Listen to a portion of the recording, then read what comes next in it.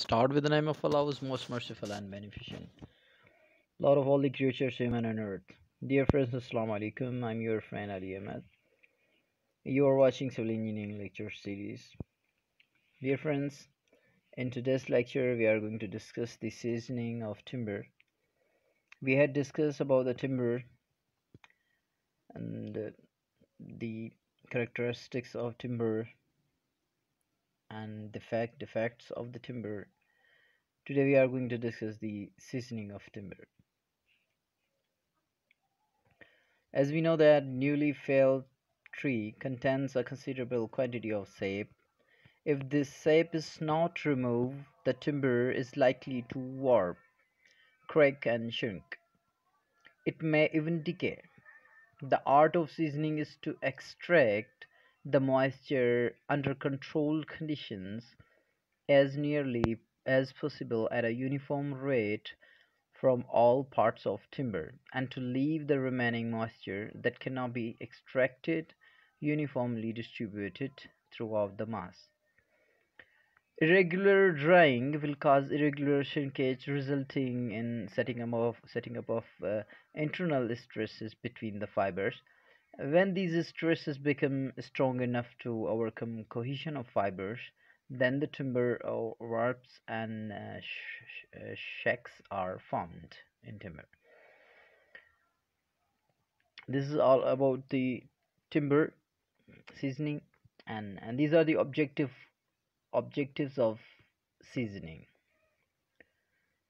The seasoning makes timber lighter and stop stops the shrinkage on drying. When the timber dries, there come shrinkage in it due to the drying of the sap.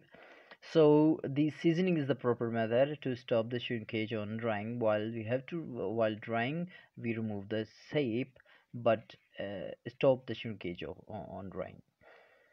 Second objective is the that to make timber lighter and stronger, because of the sap, the weight of the timber decreases as the sap is removed, and the strength is gained because the sap uh, is not preferable, because we need strength and durability, and sap is not good because it makes the timber weak. So we must drive out the sap to make it strong. The seasoned timber becomes easy to be polished and painted. Seasoned timber can easily be treated with the preservatives, and the seasoning timber has better electrical resistance. These were the objectives of the seasoning. Now, before the seasoning, we keep in mind few of the points. That's the preventing the drying of sap. It's very important before the seasoning. It is also the process before the process of seasoning, but it is also the precaution before the seasoning.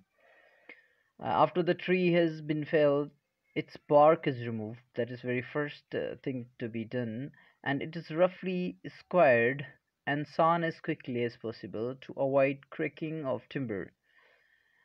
To expedite seasoning, there is possibility of faster evaporation of moisture, that is sap, from the ends of the timber piece, and if not checked, then it is likely to result in cracking and splitting of ends. To avoid this, painting ends of logs and planks with sealing liquid, tar or asphalt, paraffin wax, mixture of molasses and lime, or of rosin and lampblack, and shading them with canvas or plywood, etc. is adopted. These are the precautions um, done before the seasoning.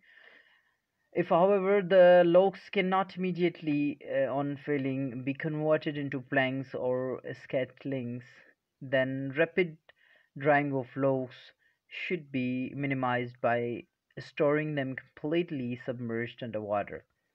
If the water is stagnant, then same should be changed at least once the fortnight, so as to remove the uh, fermenting material.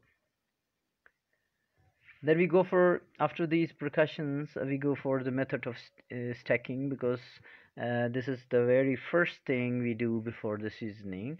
First we stack the timber and then we start the seasoning. So there are the methods of seasoning. We'll discuss these methods of seasoning, but before it, we need to discuss the stacking. Stacking, actually, the timber before seasoning should be stacked in yards, free from weeds and debris. There shouldn't be any debris or weed at all. The yard should have a big shady trees to protect the timber from direct sun. That is, we don't need the direct sunlight. Ends of low should be protected against the splitting of applying anti-splitting compositions, and stacked on foundation in closed stacks in one or more layers. Stacks should be protected against the direction by providing the covering if needed. If there is the cover, we don't need it, then not. Otherwise, should be provided a covering. The 1 and 9 methods of stacking sleepers is best suited for moderately heavy coniferous sleepers in hot climate and for heavy timbers in moist climates.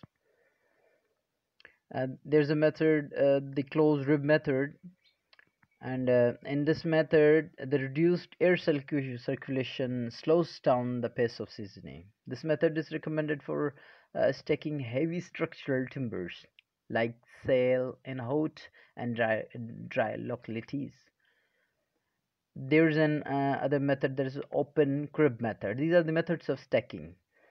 So the open crib method is a modification of closed rib method, and because of more air circulation taking place, it is more akin to 1 or 9 methods in its effects. Stacks of not more than 100 sleepers are recommended, not more than 100. Poles are stacked either in close heaps or with crossers. If stacked in close heaps, then there should be alternative layer of butt ends and of the top ends so that the two ends of the stake are level. Poles themselves should be used as crossers, which should not be spaced more than 3 meters. These were a few of the points about the stacking, and sometimes it is not favorable to be discussed, because this is a very lengthy topic as well. If we go into the detail, there are methods and the procedures of stacking. So we just have given you a idea of stacking. Otherwise, our topic is the seasoning and not this stacking. So it is a very important part of this topic, because before seasoning we have to stack these timbers, so that we can properly season the timber. That's why I've just given you a touch of it. Now, our topic is seasoning. So there are the two methods of seasoning. One is the air seasoning. Air seasoning is actually the natural seasoning method, and other one is the clean seasoning, which is actually the artificial seasoning. First, we'll like to discuss the air seasoning. Air seasoning is the natural method of seasoning by exposing timber to the natural air. You can see the picture. In that picture, these timbers have been staked and left in the open air. As we have discussed before, that there should be a covering. We do not expose to the timber to the direct sunlight, so that precaution should be kept in mind. While in this picture it's not clear. Well, the air seasoning, as soon as possible after felling, when we have felled a tree, the log is converted by sawing it into battens and planks, etc., etc. These are then stacked on a well drained place in the shade. We have discussed in precautions all about the stacking. While stacking, care should be taken to ensure free circulation of fresh air all around each piece. Means each piece of the timber should be placed or stacked in a manner that the free circulation of air should be there. The stacking should be done on masonry or concrete support a few centimeters above the ground. Care should be taken to not to expose the freshly converted timber stacked for seasoning to severe winds or the sun. That's very important point. I have just told you about the not to expose it to the direct sunlight, and also not to be exposed to the severe winds. That's not favorable for it. This process of seasoning timber, which is the air seasoning, is the best as it gives very strong and durable timber, but it's not extremely slow. It takes more than 6 months for the timber to season in moderate climates. When the climate mode is moderate, it takes 6 months or more than 6 months. That's all about the air seasoning. We'll later on we will have the comparison of these two, but first we need to understand this. Then comes the second method of the seasoning, that's the clean seasoning, which is the artificial seasoning method. And in this method, the artificial method of seasoning or clean seasoning speeds up seasoning process. That's the difference. For large scale production of seasoned timber, clean seasoning is must.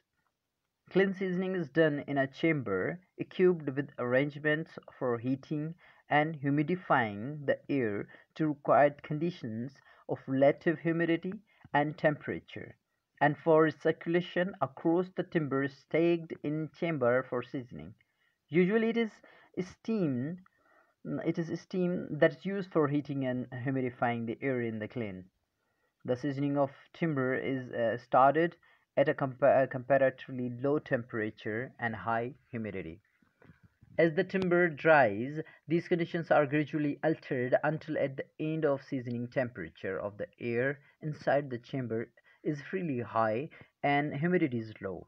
The kiln charge is allowed to cool inside the kiln to within 15 to 20 centimeter of outside temperature before removal. That's important. Seasoning of timber by this method takes about 4 to 5 days under normal conditions. It's not when the conditions are not normal. Okay, we have now the comparison between the air seasoning and the clean seasoning. As we know that the air seasoning is a slow process while the clean seasoning is a quick process. We have learned it. And then other comparison is that the air seasoning is simple and economical. You know that in air seasoning we do not need any structure or anything, just we have to stack and leave it. Otherwise we in clean seasoning it is a technical and expensive method, and we require the structure. In air seasoning, it is difficult to reduce the moisture content below 15% or to 18%. Like it's very difficult in air seasoning. While in clean seasoning, we can reduce the moisture up to the level we desire, or at any level we need to bring it. So the air seasoned timber is more manageable to attacks of insects and fungi, and while the clean season timber is less amenable to attacks of insects or fungi. Like the if the timber is seasoned by the air, then there are the more chances of attacks of the insects, while if it is clean seasoned, there are less chances of attacks of the insects or the fungus. Air seasoning requires more stacking space, while the clean seasoning requires less stacking spaces. Air seasoning gives stronger timber, while clean seasoning gives you, little weaker timber. These were the comparisons between the air seasoning and clean seasoning. So absolutely there are the advantages and disadvantages as well. to adopt any of these two methods. This was all about the seasoning of the timber. I hope that it would have been very informative and very helpful for you, and I hope that you will keep on watching videos for more information and for more knowledge.